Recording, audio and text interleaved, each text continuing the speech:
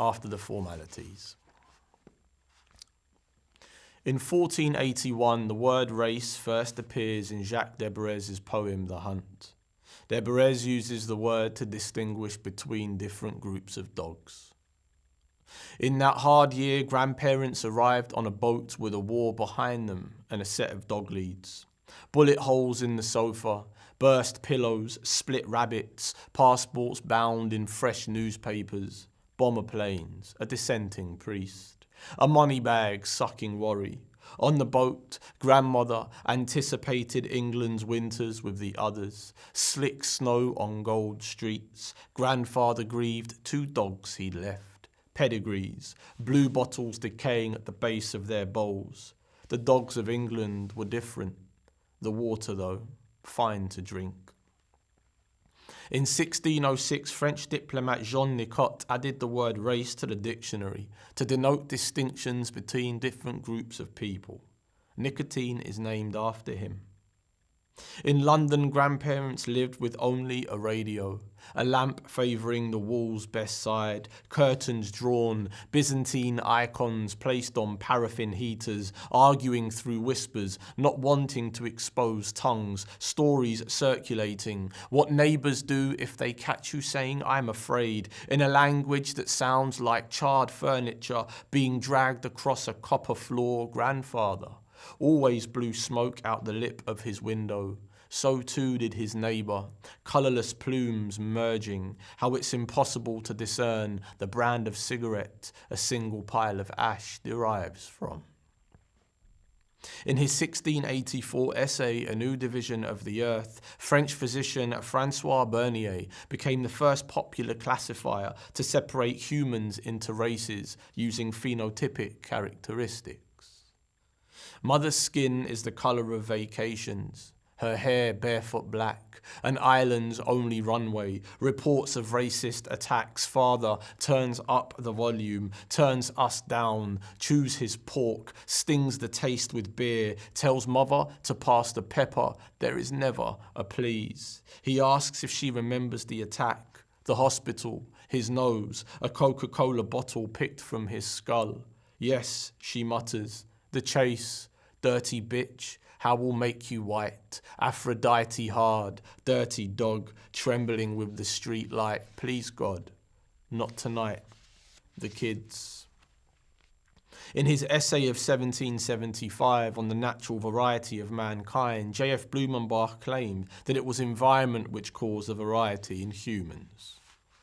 In the bathroom mirror, I spat blood from my mouth, quaver breath, suburban. My brother, desperate to piss, pulled the door open, asking what happened. I tried to fight and lost. Why?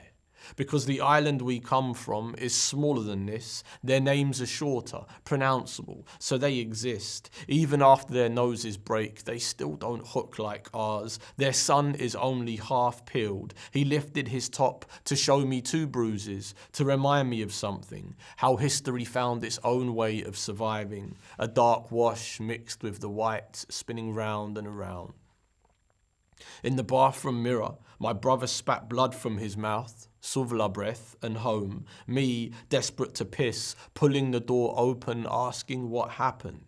He tried to fight, and he lost. Why? Because the island we come from is larger than this. Here, we chew up too much of their language, leave behind an alphabet of bones. We will never exist in their love songs. How many bruises does it take to make a single body? I left him. Surviving history, a dark wash mixed with the whites, spinning round and around. In 1859, British naturalist Charles Darwin wrote, "On the origin of species by means of natural selection, or the preservation of favoured races in the struggle for life." If the house phone rings after midnight, someone you know is dying, breathing in 10 black moons under a siren or belfry. From the wound in my uncle's back leaked the first atlas, blood escaping him like a phantom vaulting over the spiked gates of heaven, the knife half still, half drunk, the motive skin or prayer. We went to visit.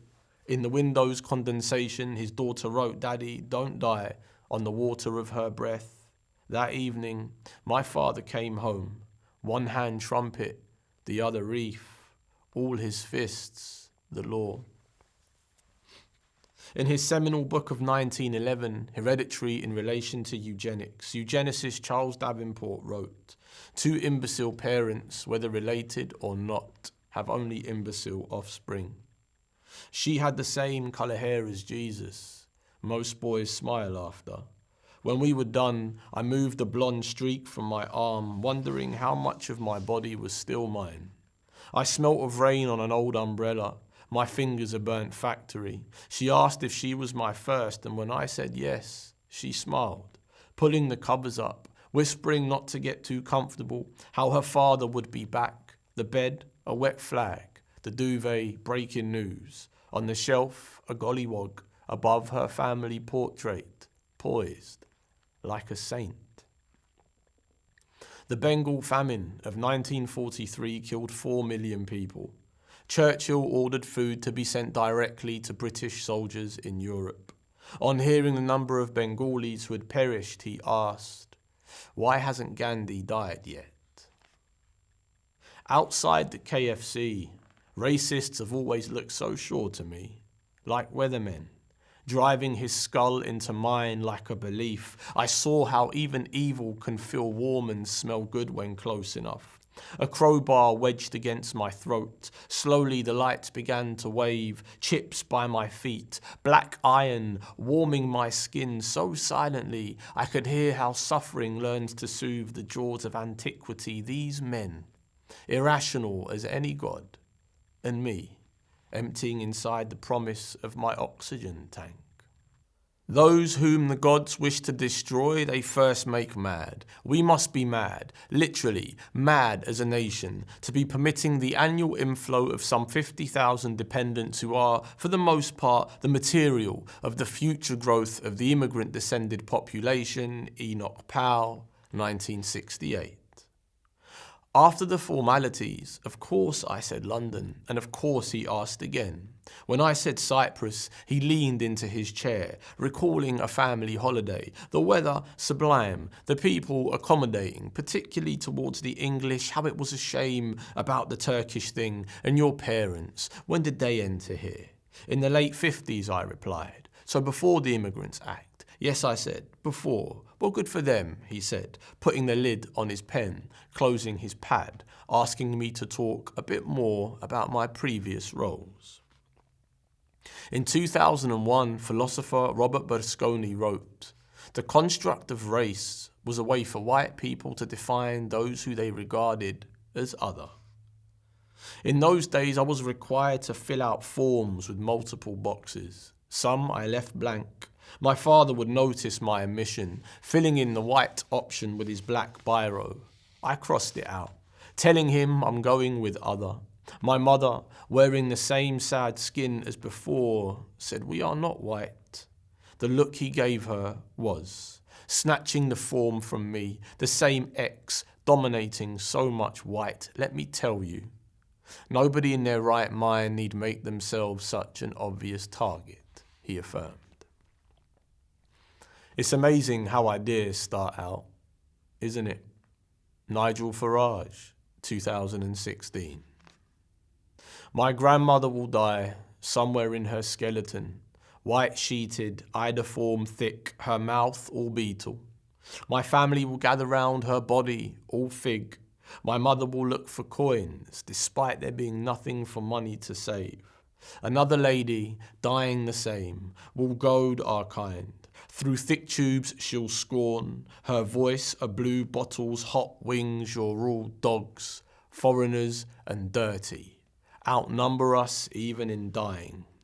The nurse will apologize for the whole of history, drawing the curtain. Mud is always the last thing to be thrown.